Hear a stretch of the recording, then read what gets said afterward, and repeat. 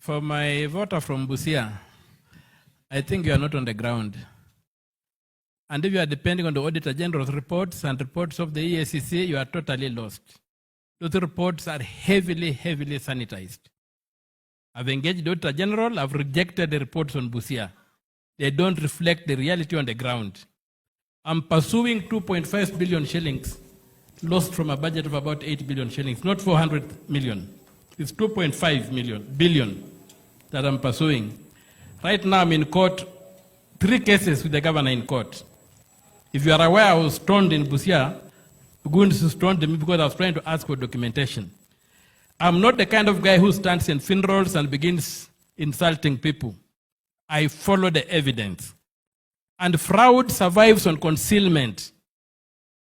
Why would I, a senator for Busia, have to go to court, to take the governor to court, to be allowed to the documents? Yet the law requires that the documents should be on the website. You see? So there's a lot of concealment in Busia, but you are dealing with it not emotionally, but scientifically. And you are going to see people in jail. You are talking about the finance bill. When I went to court in 2018, you remember, some of you are old enough will remember, there was a time around the budget time, people would hoard goods. Goods would disappear from markets, and then after the budget is read, they come back with new prices. The reason was the finance bill became law the day it was read by the minister. In 2018, I went to court and challenged it. I won the case, and the court ordered the finance bill must be debated in parliament. That's why today you have had a chance to discuss it. You would not have discussed it. And beyond that is the budget itself.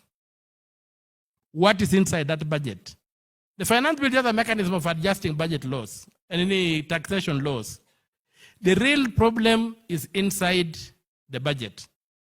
When I saw the Gen Zs out, I was very happy. I still see that the Gen Zs, I go to the X spaces, and the Gen Zs are like people who are standing in a closed house and are looking through the keyhole, and they don't like what they are seeing.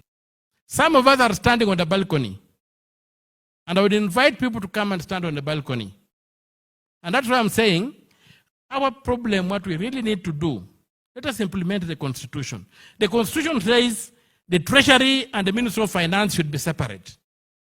Why did the Public Finance Management Act bring them back together?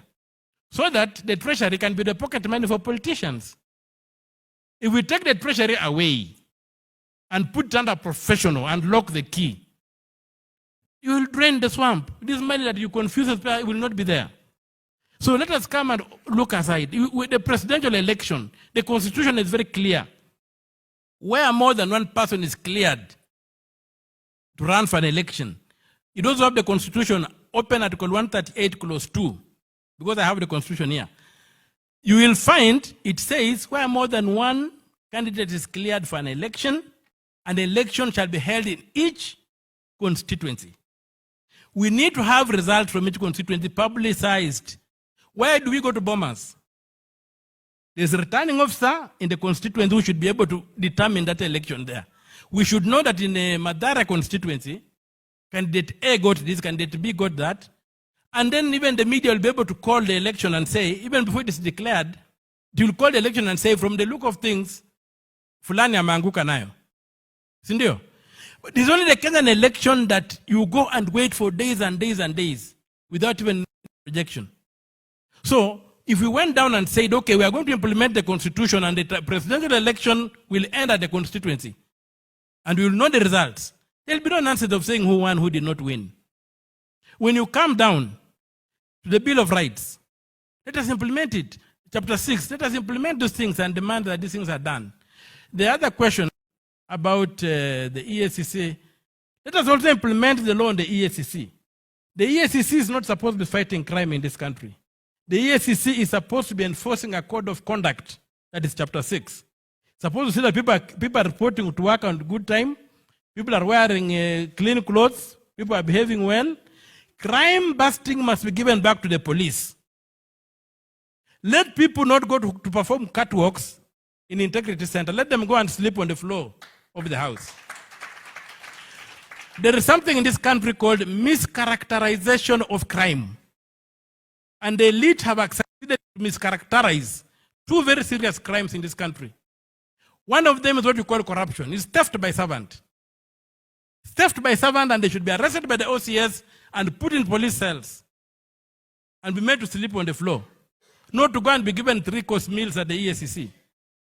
The other crime that has been mischaracterized in this country is robbery with violence concerning theft of livestock.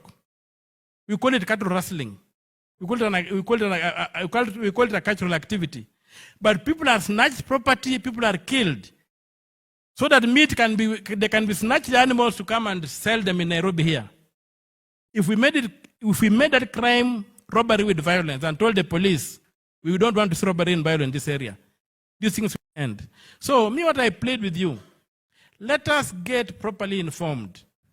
And what I really need, and I'm happy that there have been some issues here that have come up, let us get properly informed. This kind of fora, I would like also some sections dedicated to expert work. Like if we were to sit here today and say we are going to do the audit of the public debt as a people today, we are going to do a people's audit of the public debt, and we list our debts from independence, and we see what have they done.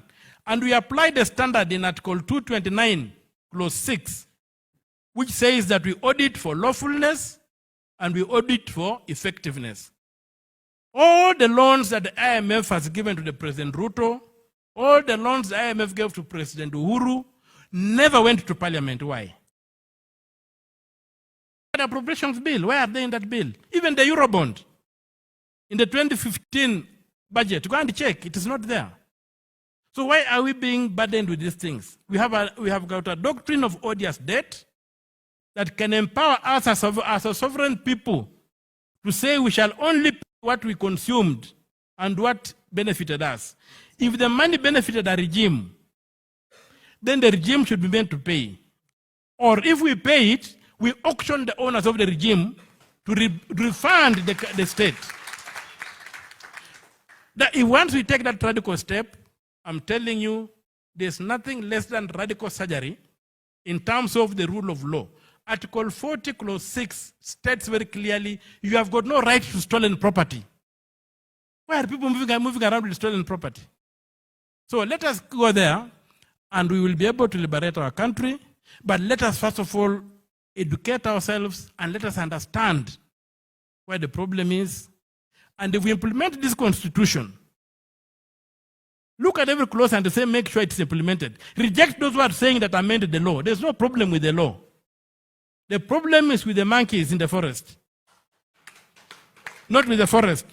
It's the monkeys in the forest who are a problem, not the forest. So let us deal with the monkeys in the forest. Let us implement the law.